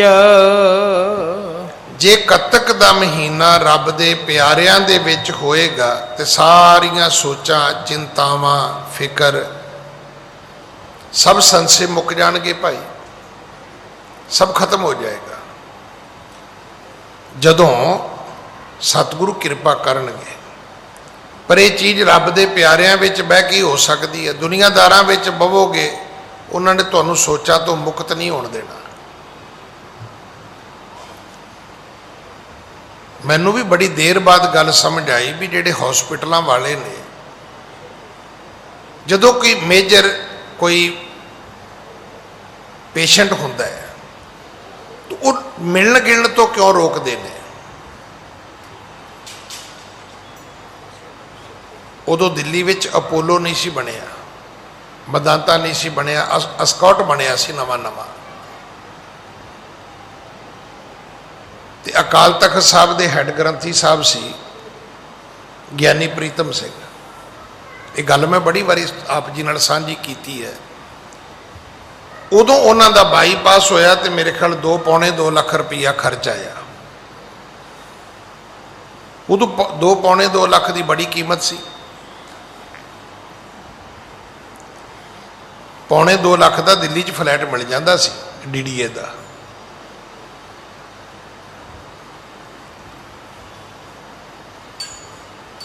ਆਪਰੇਸ਼ਨ ਹੋ ਗਿਆ, ਅੰਮ੍ਰਿਤਸਰੋਂ ਇੱਕ ਬੰਦਾ ਆ ਗਿਆ। ਹੁਣ ਡਾਕਟਰਾਂ ਨੇ ਕਿਹਾ ਵੀ ਕੋਈ ਨਹੀਂ ਮਿਲ ਸਕਦਾ, ਤੇ ਘਰ ਦਾ ਕੋਈ ਜੀ ਮਿਲ ਸਕਦਾ, ਉਹ ਵੀ ਸ਼ਾਮ ਨੂੰ ਸ਼ਾਇਦ 5 ਕਿ 7 ਵਜੇ ਦਾ ਟਾਈਮ ਸੀਗਾ, ਉਹ ਵੀ 2 ਮਿੰਟ ਵਾਸਤੇ। ਤੇ ਅਜੇ ਉਹਨਾਂ ਦੀ ਰਿਕਵਰੀ ਇੰਨੀ ਕਿ ਸੀ ਵੀ ਉਹਨਾਂ ਨੂੰ ਕਮਰੇ 'ਚ ਉਹਨਾਂ ਨੇ ਬਾਹਰ ਕੱਢਣਾ ਸ਼ੁਰੂ ਕਰਤਾ ਤੇ ਗੈਲਰੀ 'ਚ ਕਹਿੰਦੇ ਸੀ ਤੁਸੀਂ ਥੋੜਾ ਜਿਹਾ ਤੁਰ ਸਕਦੇ। ਉਹ ਬੰਦਾ ਤੇ ਜੀ ਜਿਵੇਂ ਬੱਚੇ ਨਹੀਂ ਲੇਟਣ ਤੱਕ ਜਾਂਦੇ ਧਰਤੀ ਤੇ, ਜੀ ਮੈਂ ਤਾਂ ਵੀ ਦਹੀਂ ਖਾਣਾ ਹੀ ਖਾਣਾ ਹੈ, ਚਾਕਲੇਟ ਖਾਣਾ ਹੀ ਖਾਣਾ, ਨਹੀਂ ਤੇ ਲੱਗਾ ਜੇ ਮਿੱਟੀ 'ਚ ਲੇਟਣ। ਉਹ ਪਤਾ ਨਹੀਂ ਜੀ ਉਹਨੇ ਕਿਹੜੇ ਹੱਥ ਪੈਰ ਜੋੜੇ, ਘਰ ਦੇ ਵੀ ਮੰਨ ਗਏ, ਡਾਕਟਰ ਵੀ ਮੰਨ ਗਏ, ਉਹ ਅੰਦਰ ਚਲਾ ਗਿਆ। ਬਸ ਉਹਨੇ ਉਹੀ ਕੀਤੀ ਜਿਹੜੀ ਅਸੀਂ ਕਰਦੇ ਹਾਂ। ਅਸੀਂ ਜਦੋਂ ਪੇਸ਼ੈਂਟ ਕੋਲ ਜਾਂਦੇ ਪਤਾ ਕੀ ਕਹਿੰਦੇ ਆ? ਓ ਹੋ ਭਾਜੀ ਸਾਰੀ ਛਾਤੀ ਪਾੜਤੀ। ਫਿਰ ਅਸੀਂ ਉਹਨੂੰ 3-4 ਚੀਜ਼ਾਂ ਦੱਸ ਕੇ ਆਉਂਦੇ ਵੀ ਫਲਾਣੇ ਦੀ ਪਾੜੀ ਸੀ ਤੇ ਉਹ ਵੀ ਮਰ ਗਿਆ ਸੀ। ਇਹਦੇ ਉਮਕੇ ਦਾ ਇਹ ਓਪਨ ਹਾਰਟ ਆਪਰੇਸ਼ਨ ਹੋਇਆ ਸੀ ਤੇ ਉਹ ਵੀ ਮਰ ਗਿਆ। ਵੀ 3-4 ਉਦਾਹਰਨਾਂ ਦੇ ਕੇ ਆਵਾਂਗੇ, ਸਾਰੇ ਮਰ ਗਏ। ਉਹ ਸੋਚਦਾ ਵੀ ਹੁਣ ਮੇਰੀ ਵਾਰੀ ਹੈ। ਇਹੀ ਕੰਮ ਉਹਨੇ ਕੀਤਾ। ਕੋਈ 2 ਗੱਲਾਂ ਇੱਦਾਂ ਦੀਆਂ ਕੀਤੀਆਂ, ਬਾਕੀ ਕਰ ਆਇਆ। ਕਹਿੰਦਾ ਵੀ ਸਿੰਘ ਸਾਹਿਬ ਪਤਾ ਲੱਗਾ? ਕਹਿੰਦਾ ਨਹੀਂ। ਕਹਿੰਦਾ ਵੀ ਆਪਰੇਸ਼ਨ ਤੇ ਹੋ ਗਿਆ ਪਰ ਪੈਸੇ ਬੜੇ ਲੱਗ ਗਏ। ਉਹਨੂੰ ਦੱਸ ਆਇਆ ਵੀ 2.25 ਲੱਖ ਰੁਪਈਆ ਲੱਗ ਗਈ। ਉਹ ਅਗਲੇ ਦਿਨ ਮਰ ਗਿਆ।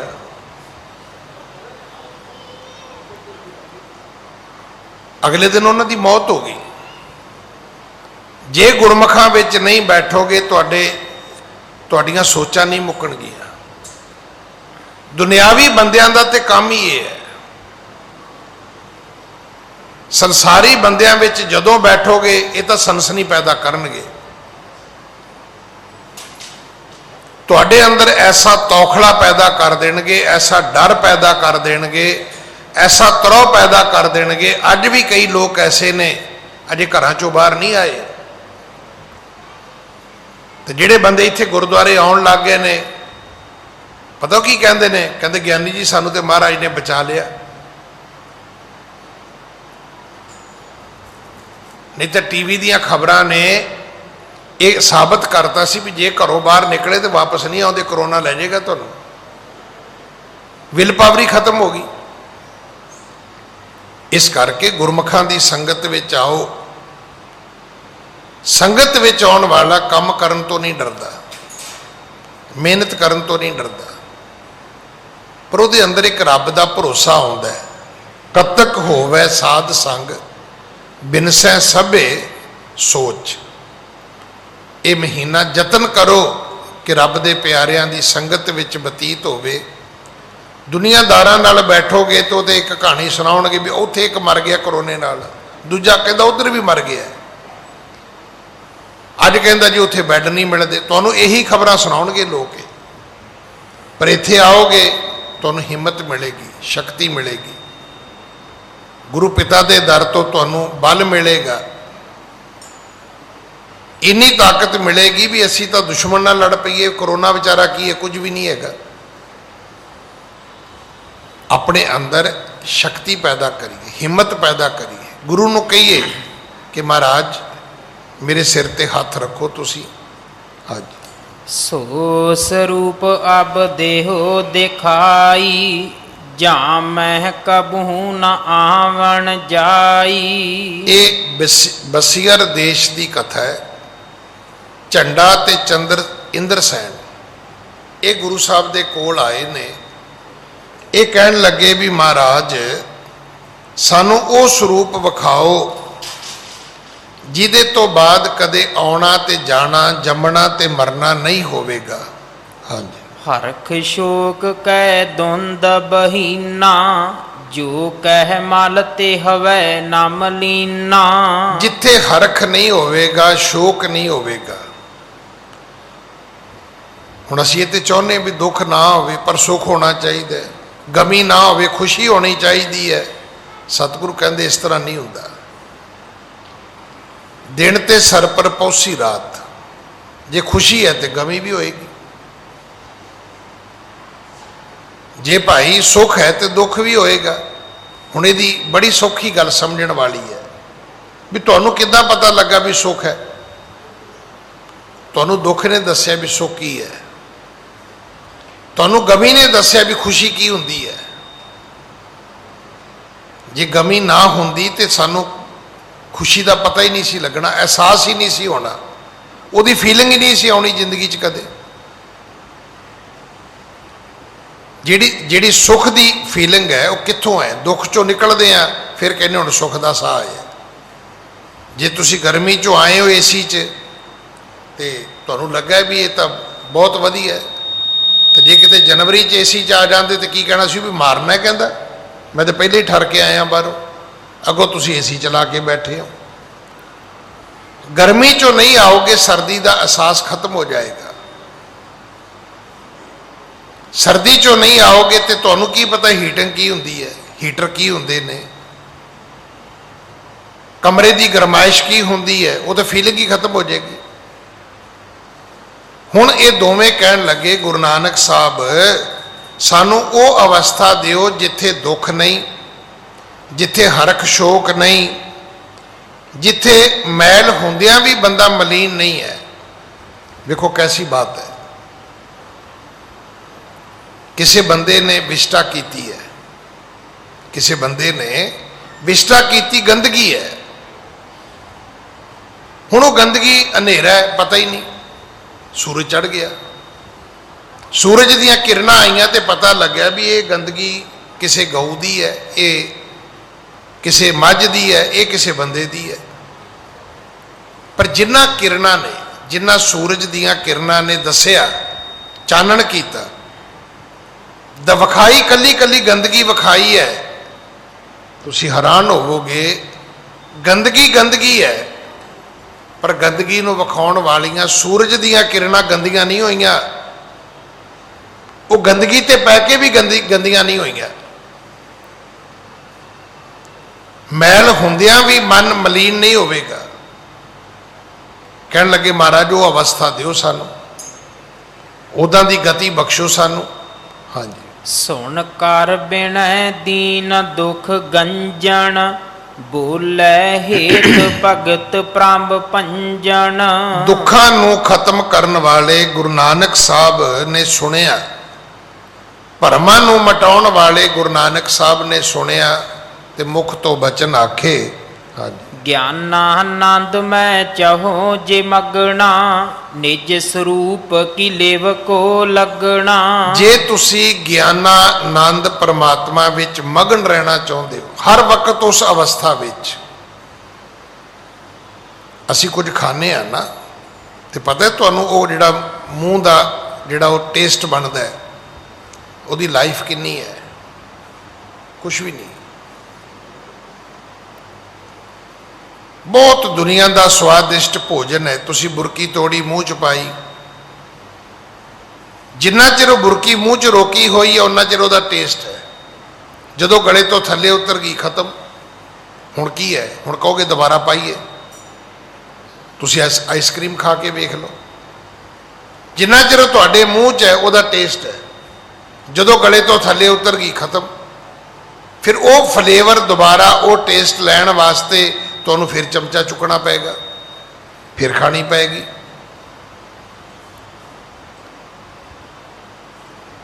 ਇਹ ਸਦੀਵ ਆਨੰਦ, ਸਦੀਵ ਰਸ ਨਹੀਂ ਹੈ। ਸਤਿਗੁਰੂ ਕਹਿਣ ਲੱਗੇ ਜੇ ਤੁਸੀਂ ਚਾਹੁੰਦੇ ਹੋ ਗਿਆਨਾਨੰਦ ਮੈਂ ਚਾਹੋ ਜੇ ਮਗਣਾ, ਹਰ ਵਕਤ ਤੁਸੀਂ ਮਗਨ ਰਹੋ। ਨਿਜ ਸਰੂਪ ਕੀ ਲਿਵ ਕੋ ਲੱਗਣਾ, ਜੇ ਨਿਜ ਸਰੂਪ ਦੀ ਲਿਵ ਦੇ ਵਿੱਚ, ਸੁਰਤੀ ਵਿੱਚ ਤੁਸੀਂ ਲਿਵ ਲੀਨ ਰਹਿਣਾ ਚਾਹੁੰਦੇ ਹੋ, ਇੱਕ ਰਸ। ਹਾਂਜੀ। ਤੋ ਪ੍ਰਥਮੈ ਗੁਰ ਦਛਣਾ ਦੀਜੈ, ਪਾਛੇ ਸਰਵਣ ਗਿਆਨ ਕੋ ਕੀਜੈ। ਸਤਿਗੁਰੂ ਕਹਿਣ ਲੱਗੇ ਫਿਰ ਗੁਰੂ ਦਸ਼ਨਾ ਦਿਓ। ਤੁਸੀਂ ਗੁਰੂ ਦਸ਼ਨਾ ਦੇ ਕੇ ਗੁਰੂ ਮੰਨੋ, ਅਸੀਂ ਤੁਹਾਨੂੰ ਗਿਆਨ ਦਿੰਨੇ ਆ। ਕਿਉਂਕਿ ਉਹਨਾਂ ਨੇ ਗਿਆਨ ਮੰਗਿਆ, ਸਿੱਖੀ ਨਹੀਂ ਮੰਗੀ। ਚਾਹੀਦਾ ਤੇ ਸੀ ਵੀ ਤੁਸੀਂ ਸਾਡੇ ਗੁਰੂ ਬਣੋ, ਅਸੀਂ ਤੁਹਾਡੇ ਸਿੱਖ ਬਣ ਜਾਈਏ, ਤੇ ਫਿਰ ਗਿਆਨ ਦੀ ਲੋੜ ਨਹੀਂ ਹੈ। ਸਾਡੀ ਜਿਹੜੀ ਬਦਕਿਸਮਤੀ ਕੀ ਹੈ, ਅਸੀਂ ਸਿੱਖੀ ਦਾ ਗਿਆਨ ਲੱਭਣ ਤੁਰੇ ਹੋਏ ਆ। ਸਿੱਖ ਹੋ ਕੇ ਗਿਆਨ ਦੀ ਲੋੜ ਨਹੀਂ। ਇੱਕ ਪੰਕਤੀ ਲਿਖ ਲਓ, ਗੁਰ ਸਿੱਖੀ ਦਾ ਕਰਮ ਇਹ, ਗੁਰ ਫਰਮਾਏ ਗੁਰ ਸੇ ਕਰਨਾ। ਤੁਹਾਨੂੰ ਗਿਆਨ ਦੀ ਲੋੜ ਨਹੀਂ ਹੈ। ਤੁਹਾਡੇ ਘਰ 'ਚ ਨੌਕਰ ਹੈ, ਉਹਨੂੰ ਗਿਆਨ ਦੀ ਕੀ ਲੋੜ ਹੈ ਜੀ? ਗਿਆਨ ਦੀ ਲੋੜ ਉਸ ਨੂੰ ਉਦਣ ਪੈਂਦੀ ਹੈ ਜਿੱਦਣ ਤੁਸੀਂ ਉਹਨੂੰ ਕਿਸੇ ਜ਼ਿੰਮੇਵਾਰੀ ਤੇ ਆਇਦ ਕਰਨਾ ਹੈ। ਹੁਣ ਤੁਸੀਂ ਕਿਹਾ ਵੀ ਕਾਕਾ ਉਹ ਡੱਬਾ 1 ਨੰਬਰ ਮੈਨੂੰ ਦੇ ਦੇ, ਉਹਨੇ ਦੇਤਾ। ਉਹਨੂੰ ਕੀ ਲੋੜ ਪੁੱਛਣ ਦੀ ਵੀ ਡੱਬੇ 'ਚ ਕੀ ਹੈ? ਤੁਸੀਂ ਕਿਹਾ ਕਾਕਾ ਆਹ ਡੱਬਾ ਜਾ ਕੇ 3 ਨੰਬਰ ਤੇ ਰੱਖ ਦੇ, ਉਹਨੇ ਜਾ ਕੇ ਰੱਖਤਾ। ਉਹਨੂੰ ਕੀ ਪੁੱਛਣ ਦੀ ਲੋੜ ਹੈ ਵੀ ਇਹ ਡੱਬੇ 'ਚ ਮਾਲਕ ਤੂੰ ਪਾ ਕੇ ਕੀ ਦਿੱਤਾ? ਗੁਰ ਸਿੱਖੀ ਦਾ ਕਰਮ ਇਹ, ਗੁਰ ਫਰਮਾਏ ਗੁਰ ਸੇ ਕਰਨਾ। ਗੁਰੂ ਨੇ ਕਿਹਾ ਸਵੇਰੇ ਉੱਠਣਾ ਹੈ, ਉਠੋ। ਇਸ਼ਨਾਨ ਕਰਨਾ ਹੈ, ਕਰੋ। ਪਾਠ ਕਰਨਾ ਹੈ, ਕਰੋ। ਗੁਰਦੁਆਰੇ ਜਾਣਾ ਹੈ, ਜਾਓ। ਕੀਰਤਨ ਸੁਣਨਾ ਹੈ, ਸੁਣੋ। 10 ਨੋਆਂ ਦੀ ਕਿਰਤ ਕਰਨੀ, ਕਰੋ। ਗੱਲ ਖਤਮ ਹੋਈ। ਪਰ ਅਸੀਂ ਤੇ ਚਾਹੁੰਦੇ ਵੀ ਸਵੇਰੇ ਕਿਉਂ ਉੱਠਣਾ ਹੈ ਜੀ, ਕਿਹੜਾ ਪਾਠ ਕਰਨਾ ਹੈ ਜੀ, ਕਿੰਨਾ ਚਿਰ ਕਰਨਾ ਹੈ ਜੀ, ਕਿਹੜੀ ਕਿਰਤ ਕਰਨੀ ਹੈ ਜੀ, ਕਿੰਨੇ ਘੰਟੇ ਕਰਨੀ ਹੈ ਜੀ। ਉਹ ਜਦੋਂ ਗਿਆਨ ਦੇ ਝਗੜੇ ਵਿੱਚ ਪੈਂਦੇ ਆ, ਸਤਿਗੁਰੂ ਕਹਿਣ ਲੱਗੇ ਵੀ ਜੇ ਗਿਆਨ ਹੀ ਲੈਣਾ ਹੈ ਤੇ ਫਿਰ ਮੈਨੂੰ ਪਹਿਲਾਂ ਗੁਰੂ ਧਾਰਨ ਕਰੋ, ਦਿਓ, ਗੁਰੂ ਦਸ਼ਨਾ ਦਿਓ। ਗੁਰੂ ਦੀਖਿਆ ਤੋਂ ਪਹਿਲਾਂ ਗੁਰੂ ਨਾਨਕ ਸਾਹਿਬ ਕਹਿਣ ਲੱਗੇ ਤੋ ਪ੍ਰਥਮ ਹੈ ਗੁਰ ਦਸ਼ਨਾ ਦੀਜੈ, ਪਾਛੈ ਸ਼ਰਵਣ ਗਿਆਨ ਕੋ ਕੀਜੈ। ਕਹਿੰਦੇ ਗੁਰੂ ਦਸ਼ਨਾ ਦਿਓ, ਅਸੀਂ ਤੁਹਾਨੂੰ ਗਿਆਨ ਦਿੰਨੇ ਆ। ਹਾਂਜੀ। ਲਖਨੋ ਜਗਤ ਅਸਤ ਸਭ ਸਾਰੋ, ਜਾਂ ਤੇ ਸਭ ਹਮ ਕੋ ਦੈ ਡਾਰੋ। ਸਤਿਗੁਰੂ ਕਹਿਣ ਲੱਗੇ ਇਹ ਜ਼ਰੂਰ ਚੇਤਾ ਰੱਖਣਾ, ਇਹ ਜਗਤ ਅਸਤ ਹੈ। ਇਹ ਸਤ ਨਹੀਂ ਹੈ, ਅਸਤ ਹੈ, ਝੂਠ ਹੈ। ਜਗ ਰਚਨਾ ਸਭ ਝੂਠ ਹੈ। ਜਾਣ ਲਿਹੋ ਰੇ ਮੀਤ, ਹਰ ਚੀਜ਼ ਝੂਠੀ ਹੈ। ਕਿਵੇਂ ਝੂਠੀ ਹੈ? ਅੱਜ ਹੈਗੀ, ਕੱਲ ਨਹੀਂ ਹੈਗੀ। ਇਸ ਕਰਕੇ ਸਤਿਗੁਰੂ ਕਹਿਣ ਲੱਗੇ ਕਿ ਜਗਤ ਦੀ ਰਚਨਾ ਨੂੰ ਝੂਠੀ ਮੰਨੋ, ਤੇ ਜੋ ਕੁਝ ਤੁਹਾਡੇ ਕੋਲ ਹੈ ਇਹ ਸਾਨੂੰ ਗੁਰੂ ਦਸ਼ਣਾ ਦੇ ਵਿੱਚ ਭੇਟਾ ਕਰ ਦਿਓ, ਮੱਥਾ ਟੇਕ ਦਿਓ। ਹਾਂਜੀ। ਸਤ ਵਿਚਾਰ ਵਿਰਾਗ ਜੇ ਆਹੀ, ਆਦ ਉਦਾਰ ਸੁਗੁਣ ਜਿਸ ਮਾਹੀ। ਸਤ ਵਿਚਾਰ ਵਿਰਾਗ ਜੇ ਆਹੀ, ਅਤ ਉਦਾਰ ਸੋ ਗੁਣ ਜਿਸ ਮਾਹੀ। ਕਹਿਣ ਲੱਗੇ ਭਾਈ ਇਹ ਸਾਰਾ ਕੁਝ ਜਦੋਂ ਤੁਸੀਂ ਛੱਡੋਗੇ ਤੇ ਫਿਰ ਹੀ ਸਤ ਹਾਸਲ ਹੋਵੇਗਾ, ਵਿਰਾਗ ਹਾਸਲ ਹੋਵੇਗਾ, ਉਦਾਰਤਾ ਜਿਹੜੀ ਹੈ ਇਹ ਤੁਹਾਡੇ ਅੰਦਰ ਪੈਦਾ ਹੋਏਗੀ। ਹੁਣ ਮੇਰੇ ਕੋਲ ਬਹੁਤ ਕੁਝ ਹੈ ਪਰ ਉਦਾਰਤਾ ਨਹੀਂ ਹੈ। ਮੈਂ ਚਾਹ ਕੇ ਵੀ ਕਿਸੇ ਨੂੰ ਕੁਝ ਨਹੀਂ ਦੇ ਪਾ ਰਿਹਾ। ਮੈਨੂੰ ਇੱਦਾਂ ਲੱਗਦਾ ਵੀ ਕੱਲ੍ਹ ਨੂੰ ਜੇ ਮੈਨੂੰ ਲੋੜ ਪੈ ਗਈ ਤਾਂ ਮੇਰੇ ਬੱਚੇ ਕੀ ਕਰਨਗੇ। ਜਿਹੜੇ ਸਾਡੇ ਬਜ਼ੁਰਗ ਸੀ, ਆਪ ਜੀ ਇੱਥੇ ਇੱਕ ਕਥਾ ਰੋਜ਼ ਸੁਣਦੇ ਹੋ ਕਿ ਦੁਸ਼ਮਣ ਦੀ ਕਸਟਡੀ ਵਿੱਚ, ਕਾਰਾਗ੍ਰਹਿ ਵਿੱਚ, ਜੇਲ੍ਹ ਵਿੱਚ, ਕਹਿੰਦੇ ਕਈ ਸਿੱਖ ਨੇ ਪਰ ਇੱਕ ਰੋਟੀ ਦੁਸ਼ਮਣ ਨੇ ਦਿੱਤੀ ਹੈ। ਹੁਣ ਰੋਟੀ ਮਿਲੀ ਬਜ਼ੁਰਗ ਨੂੰ, ਉਹ ਕਹਿੰਦਾ ਮੈਂ ਖਾ ਕੇ ਕੀ ਕਰਾਂਗਾ। ਪਹਿਲੀ ਗੱਲ ਤੇ ਮੈਨੂੰ ਦੁਸ਼ਮਣ ਮਾਰ ਦੇਗਾ, ਤੇ ਜੇ ਦੁਸ਼ਮਣ ਤੋਂ ਬਚ ਵੀ ਗਿਆ ਤੇ ਮੈਂ ਤਾਂ ਉਮਰ ਭੋਗ ਲਈ ਹੈ, ਮੈਂ ਤਾਂ ਮਰ ਜਾਵਾਂਗਾ ਤੇ ਰੋਟੀ ਵਿਅਰਥ ਚਲੀ ਜਾਏਗੀ। ਉਹਨੇ ਆਪਣੇ ਇੱਕ ਨਾਲ ਬੈਠਾ ਸੀ ਨੌਜਵਾਨ, ਉਹਨੇ ਰੋਟੀ ਉਹਨੂੰ ਫੜਾਤੀ ਵੀ ਕਾਕਾ ਤੂੰ ਖਾ, ਤੇ ਤੇਰੀ ਤਾਂ ਜੇ ਉਮਰ ਬਾਕੀ ਹੈ, ਤੇ ਨਾਲੇ ਜੇ ਤੂੰ ਰੋਟੀ ਖਾਏਗਾ ਜਵਾਨੀ 'ਚ ਤੇਰੇ ਤਾਕਤ ਆਏਗੀ ਤੇ ਤੂੰ ਦੁਸ਼ਮਣ ਨਾਲ ਲੜ ਵੀ ਸਕੇਗਾ, ਉਹਦੇ ਜ਼ਬਰ ਦਾ, ਜ਼ੁਲਮ ਦਾ ਟਾਕਰਾ ਵੀ ਕਰ ਸਕੇਗਾ। ਹੁਣ ਨੌਜਵਾਨ ਨੇ ਕੀ ਸੋਚਿਆ? ਉਹ ਕਹਿੰਦਾ ਵੀ ਮੈਂ ਤੇ ਹੱਟਾ ਕੱਟਾ ਹੈਗਾ ਹੀ ਆ ਜਿੰਨੇ ਜੋਗਾ, ਮੇਰੇ ਲਾਗੇ ਬੱਚਾ ਬੈਠਾ ਹੈ, ਤੇ ਕਿਉਂ ਨਾ ਆਵੇ ਮੈਂ ਇਹਨੂੰ ਬੱਚੇ ਨੂੰ ਰੋਟੀ ਦਿਆਂ, ਕਿ ਬੱਚਾ ਤੇ ਰੋਟੀ ਬਿਨਾਂ ਜੀਉ ਹੀ ਨਹੀਂ ਸਕੇਗਾ। ਹੁਣ ਇਹ ਜਿਹੜਾ ਤਿਆਗ ਹੈ ਇਹ ਧਰਮ ਚੋਂ ਹੀ ਆ ਸਕਦਾ ਹੈ, ਨਹੀਂ ਤੇ ਜਿੰਨੀ ਦੁਨੀਆ ਅੱਜ ਅਮੀਰ ਹੈ, ਕੀ ਤੁਸੀਂ ਸੋਚਦੇ ਵੀ ਲੋਕ ਇੰਨਾ ਦਾਨ ਪੁੰਨ ਕਰਦੇ ਨੇ? ਨਾ।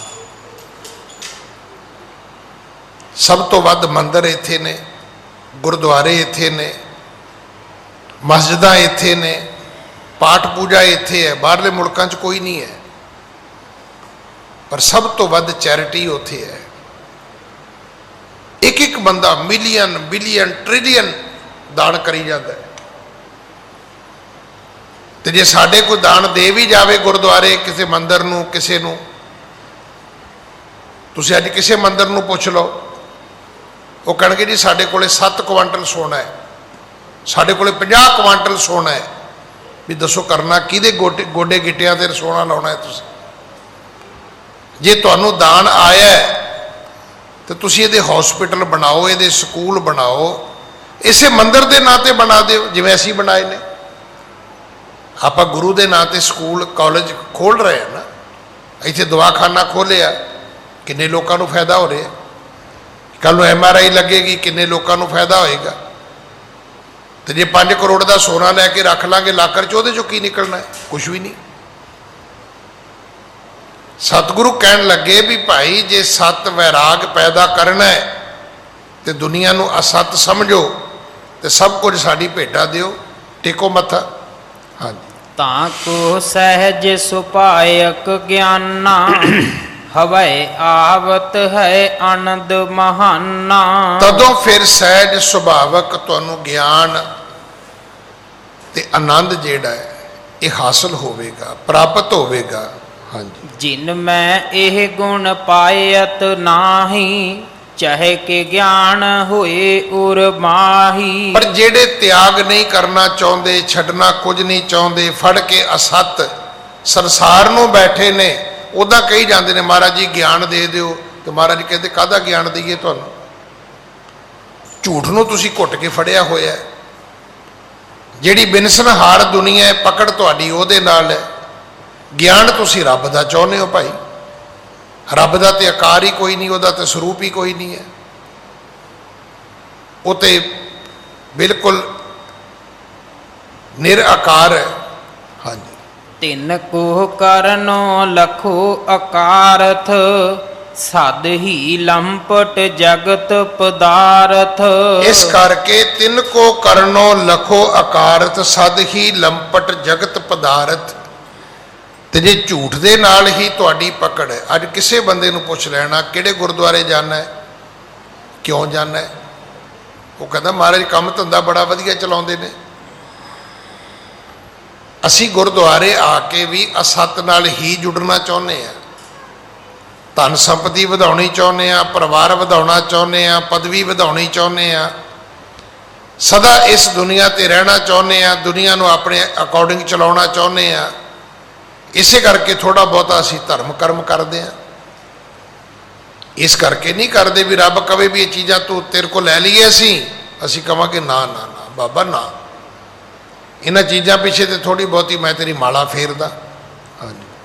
ਤਾਂ ਤੇ ਤੁਮਰੋ ਪਰਖਣ ਕਰਕੇ, ਬਹੁਰੋ ਦੇ ਉਪਦੇਸ਼ ਵਿਚਰ ਕੇ। ਸਤਿਗੁਰੂ ਕਹਿਣ ਲੱਗੇ ਜਾਣੋ ਦੁਨੀਆ ਨੂੰ ਅਸਤ, ਦਿਓ ਸਾਨੂੰ ਭੇਟਾ, ਦਿਓ ਗੁਰੂ ਦਸ਼ਨਾ, ਬਹੁਰੋ ਦੇ ਉਪਦੇਸ਼ ਵਿਚਰ ਕੇ, ਫਿਰ ਤੁਹਾਨੂੰ ਉਪਦੇਸ਼ ਦਿਆਂਗੇ ਅਸੀਂ। ਹਾਂਜੀ। ਉਹ ਉਧਾਰ ਤਦੀਜੈ ਸਭ ਹੀ, ਹਵੈ ਹੈ ਗਿਆਨ ਪ੍ਰਾਪਤ ਤਬ ਹੀ। ਕੀ ਇੰਨੇ ਉਦਾਰ ਚਿੱਤ ਹੋਵੋਗੇ ਵੀ ਸਾਰਾ ਕੁਝ ਤਿਆਗ ਦਿਓ, ਤੁਸੀਂ ਛੱਡ ਦਿਓ? ਤੇ ਜੇ ਦਿਓਗੇ ਤੇ ਸਤਿਗੁਰੂ ਕਹਿਣ ਲੱਗੇ ਭਾਈ ਤੁਹਾਨੂੰ ਗਿਆਨ ਪ੍ਰਾਪਤ ਹੋ ਜਾਏਗਾ। ਹਵੈ ਹੈ ਗਿਆਨ ਪ੍ਰਾਪਤ ਤਬ ਹੀ, ਉਸੇ ਵੇਲੇ ਰੱਬ ਦਾ ਗਿਆਨ ਮਿਲ ਜਾਏਗਾ ਤੁਹਾਨੂੰ। ਹਾਂਜੀ। ਕਹਿਣ ਲੱਗੇ ਹਮਰਾ ਧਨ ਧਾਨਾ, ਸਦਨ ਸਹਿਤ ਤੁਮ ਚਰਨ ਚੜਾਨਾ। ਕਹਿਣ ਲੱਗੇ ਜੀ ਮਨਜ਼ੂਰ ਹੈ, ਸਾਡਾ ਧਨ ਤੇ ਸਾਡਾ ਘਰ-ਬਾਰ, ਜੋ ਕੁਝ ਵੀ ਸਾਡੇ ਕੋਲ ਧਨ ਸੰਪਤੀ ਹੈ, ਜੋ ਦੁਨੀਆ ਦਾ ਮਾਲ ਅਸਬਾਬ ਹੈ, ਗੁਰੂ ਨਾਨਕ ਜੀ ਅਸੀਂ ਤੁਹਾਡੇ ਚਰਨਾਂ ਤੇ ਮੱਥਾ ਟੇਕਦੇ ਹਾਂ। ਹਾਂਜੀ। ਹਮ ਨਹਿ ਗ੍ਰਹਿਣ ਕਰੇ ਅਬ ਕੋ, ਜੋ ਸਰਬੰਸ ਹੁਤੋ ਦੀਐ ਸੋ। ਅੱਜ ਤੋਂ ਬਾਅਦ ਕੋਈ ਵੀ ਜੋ ਸਰਬੰਸ ਹੈ, ਅਸੀਂ ਇਹਦੇ ਚੋਂ ਕੋਈ ਚੀਜ਼ ਮੁੜ ਕੇ ਗ੍ਰਹਿਣ ਨਹੀਂ ਕਰਾਂਗੇ, ਲਵਾਂਗੇ ਹੀ ਨਹੀਂ, ਮੰਨਾਂਗੇ ਹੀ ਨਹੀਂ, ਕਦੇ ਵਾਪਸ ਕੋਈ ਚੀਜ਼ ਚੁੱਕਾਂਗੇ ਹੀ ਨਹੀਂ, ਹੱਥ ਵੀ ਨਹੀਂ ਲਾਵਾਂਗੇ, ਅਸੀਂ ਛੱਡ ਦਿੱਤਾ, ਸਭ ਤੁਹਾਨੂੰ ਦੇ ਦਿੱਤਾ। ਹਾਂਜੀ। ਪੁਨ ਬੋਲੇ ਸ਼੍ਰੀ ਮੁਖ ਸੁਖ ਰਾਸਾ, ਅਬ ਕਿਆ ਰਹਿਓ ਤੁਮਾਰੇ ਪਾਸਾ। ਸਤਿਗੁਰੂ ਕਹਿਣ ਲੱਗੇ ਫਿਰ ਇੱਕ ਗੱਲ ਹੋਰ ਦੱਸੋ ਵੀ ਹੁਣ ਤੁਹਾਡੇ ਕੋਲੇ ਕੁਝ ਬਚਿਆ? ਸਰਬੰਸ ਦੇਣ ਤੋਂ ਬਾਅਦ ਬਾਕੀ ਕੀ ਬਚਿਆ? ਆਪਾਂ ਕਹਿੰਦੇ ਨਾ ਗੁਰੂ ਕਲਗੀਧਰ ਪਿਤਾ ਸਰਬੰਸ ਦਾਨੀ ਹੈ, ਪਰ ਇੱਕ ਸਰੀਰ ਤੇ ਉਹਨਾਂ ਦੇ ਕੋਲ ਸੀ ਨਾ, ਆਪ ਤੇ ਗੁਰੂ ਗੋਬਿੰਦ ਸਿੰਘ ਹੈਗੇ ਸੀ ਨਾ, ਉਹਨਾਂ ਨੇ ਆਪਣਾ ਸਰਬੰਸ ਦਿੱਤਾ ਹੈ, ਆਨੰਦਪੁਰ ਦੇ ਦਿੱਤਾ, ਧਨ ਸੰਪਤੀ ਜਿਹੜੀ ਸੀ ਉਹ ਸਾਰੀ ਦੇ ਦਿੱਤੀ, ਪਰਿਵਾਰ ਦੇ ਦਿੱਤਾ। ਹਾਂਜੀ। ਕਰ ਵਿਚਾਰ ਉਤਰ ਕਹਿ ਧੀਰਾ, ਹਮਰੇ ਢਿਗ ਅਬ ਏਕ ਸਰੀਰਾ। ਭਾਈ ਝੰਡਾ ਤੇ ਇੰਦਰ ਸੈਨ ਕਹਿਣ ਲੱਗਾ ਜੀ ਇੱਕ ਚੀਜ਼ ਸਾਡੇ ਕੋਲ ਬਚੀ ਹੈ, ਸਰਬੰਸ ਦੇਣ ਤੋਂ ਬਾਅਦ ਉਹ ਸਾਡਾ ਸਰੀਰ ਹੈ, ਇਹ ਕਾਇਆ ਹੈ, ਜਿਹੜਾ ਸਰੀਰ ਲੈ ਕੇ ਅਸੀਂ ਤੁਹਾਡੇ ਸਾਹਮਣੇ ਬੈਠੇ ਹਾਂ। ਹਾਂਜੀ। ਔਰ ਨਹੀਂ ਕੋ ਵਸਤ ਸਮੀਪਾ, ਪੁਨ ਬੋਲੇ ਬੇਦੀ ਕੁਲ ਦੀਪਾ। ਕਹਿਣ ਲੱਗੇ ਜੀ ਹੋਰ ਤਾਂ ਕੁਝ ਬਚਿਆ ਨਹੀਂ, ਇਕੱਲਾ ਸਰੀਰ ਹੈ। ਤੇ ਗੁਰੂ ਨਾਨਕ ਸਾਹਿਬ ਨੇ ਫਿਰ ਬਚਨ ਆਖੇ। ਕਰ ਵਿਚਾਰ ਦੇਖੋ ਮਨ ਮਾਹੀ, ਇਸ ਥਿਰ ਸਦਾ ਸਰੀਰ ਸੁਨਾਹੀ। ਸਤਿਗੁਰੂ ਕਹਿਣ ਲੱਗੇ ਫਿਰ ਇਹ ਦੱਸੋ ਵੀ ਸਰੀਰ ਸਦਾ ਰਹੇਗਾ? ਚਲੋ ਅੱਜ ਰੱਖ ਲਿਆ ਤੁਸੀਂ, ਸਾਨੂੰ ਨਹੀਂ ਦੇ ਰਹੇ, ਪਰ ਕੀ ਇਹ ਸਰੀਰ ਸਦਾ ਸਲਾਮਤ ਰਹੇਗਾ? ਹਾਂਜੀ। ਜਾਂ ਤੇ ਕਰੋ ਸਮਰਪਣ ਇਹੋ, ਪਾਛੇ ਸਰਵਣ ਗਿਆਨ ਕਰ ਲੇਹੋ। ਤੇ ਫਿਰ ਜੇ ਸਰੀਰ ਨੇ ਅੱਜ ਨਹੀਂ ਕੱਲ ਨਹੀਂ ਪਰਸੋਂ ਬਿਨਸੀ ਜਾਣਾ ਹੈ, ਤੇ ਤੁਸੀਂ ਇਦਾਂ ਕਰੋ ਸਰੀਰ ਵੀ ਸਾਨੂੰ ਭੇਟਾ ਕਰ ਦਿਓ, ਸਰੀਰ ਵੀ ਮੱਥਾ ਟੇਕ ਦਿਓ। ਹਾਂਜੀ। ਦੋਨੋਂ ਆਇਸ ਬਾਣਸ ਧੀਰਾ, ਗੁਰੂ ਪੱਗ ਦਿਓ ਸਮਰਪ ਸਰੀਰਾ। ਦੋਵੇਂ ਉੱਠੇ, ਮੱਥਾ ਟੇਕਿਆ, ਕਹਿਣ ਲੱਗੇ ਜੀ ਸਰੀਰ ਵੀ ਦਿੱਤਾ। ਸਮਾਂ ਸਮਾਪਤ ਹੈ, ਸਤਿਗੁਰੂ ਕਿਰਪਾ ਕਰਨ ਕੱਲ ਆਪਾਂ ਅਗਲੀ ਕਥਾ ਗੁਰੂ ਕੀ ਗੋਦ ਵਿੱਚ ਬੈਠ ਕੇ ਸਰਵਣ ਕਰੀਏ। ਕਿ ਸਤਿਗੁਰੂ ਪੁੱਛਦੇ ਵੀ ਹੁਣ ਕੀ ਬਚਿਆ? ਕਹਿੰਦੇ ਜੀ ਅੰਤੇ ਕਰਨ। ਸਤਿਗੁਰੂ ਕਹਿੰਦੇ ਇਹ ਵੀ ਦੇ ਦਿਓ। ਕਹਿੰਦੇ ਜੀ ਇਹ ਵੀ ਦੇਤਾ। ਸਤਿਗੁਰੂ ਕਹਿੰਦੇ ਹੁਣ? ਕਹਿੰਦੇ ਜੀ ਇੱਕ ਸੰਸਾ ਹੈ। ਮਹਾਰਾਜ ਕਹਿੰਦੇ ਉਹ ਕਿੱਥੇ ਆ ਗਿਆ? ਸਰਬੰਸ ਦੇਤਾ, ਸਰੀਰ ਦੇਤਾ, ਅੰਤੇ ਕਰਨ ਵੀ ਦੇਤਾ, ਤੇ ਉਹ ਸਵਾਲ ਕਿੱਥੋਂ ਆਇਆ? ਸਵਾਲ ਦਾ ਕੀ ਮਤਲਬ ਹੈ ਵੀ? ਫਿਰ ਇਹਨਾਂ ਨੂੰ ਸਮਝ ਆਈ ਵੀ ਅਸਲ ਵਿੱਚ ਗਿਆਨ ਦਾ ਘਰ ਬੜੀ ਦੂਰ ਹੈ। ਆਪਾਂ ਸੋਚਦੇ ਮੱਥਾ ਟੇਕਣ ਨਾਲ ਹੀ ਗਿਆਨ ਮਿਲ ਜਾਏ। ਮੱਥਾ ਟੇਕਣ ਨਾਲ ਤੇ ਇੰਨਾ ਕੀ ਗਿਆਨ ਮਿਲੇਗਾ ਵੀ ਮੱਥਾ ਇੱਥੇ ਟੇਕੀਦਾ ਹੈ ਤੇ ਪ੍ਰਸ਼ਾਦ ਉੱਥੋਂ ਲਈਦਾ ਤੇ ਲੰਗਰ ਉੱਥੇ ਛਕੀਦਾ, ਬਾਈ ਇੰਨਾ ਹੀ ਗਿਆਨ ਮਿਲੇਗਾ।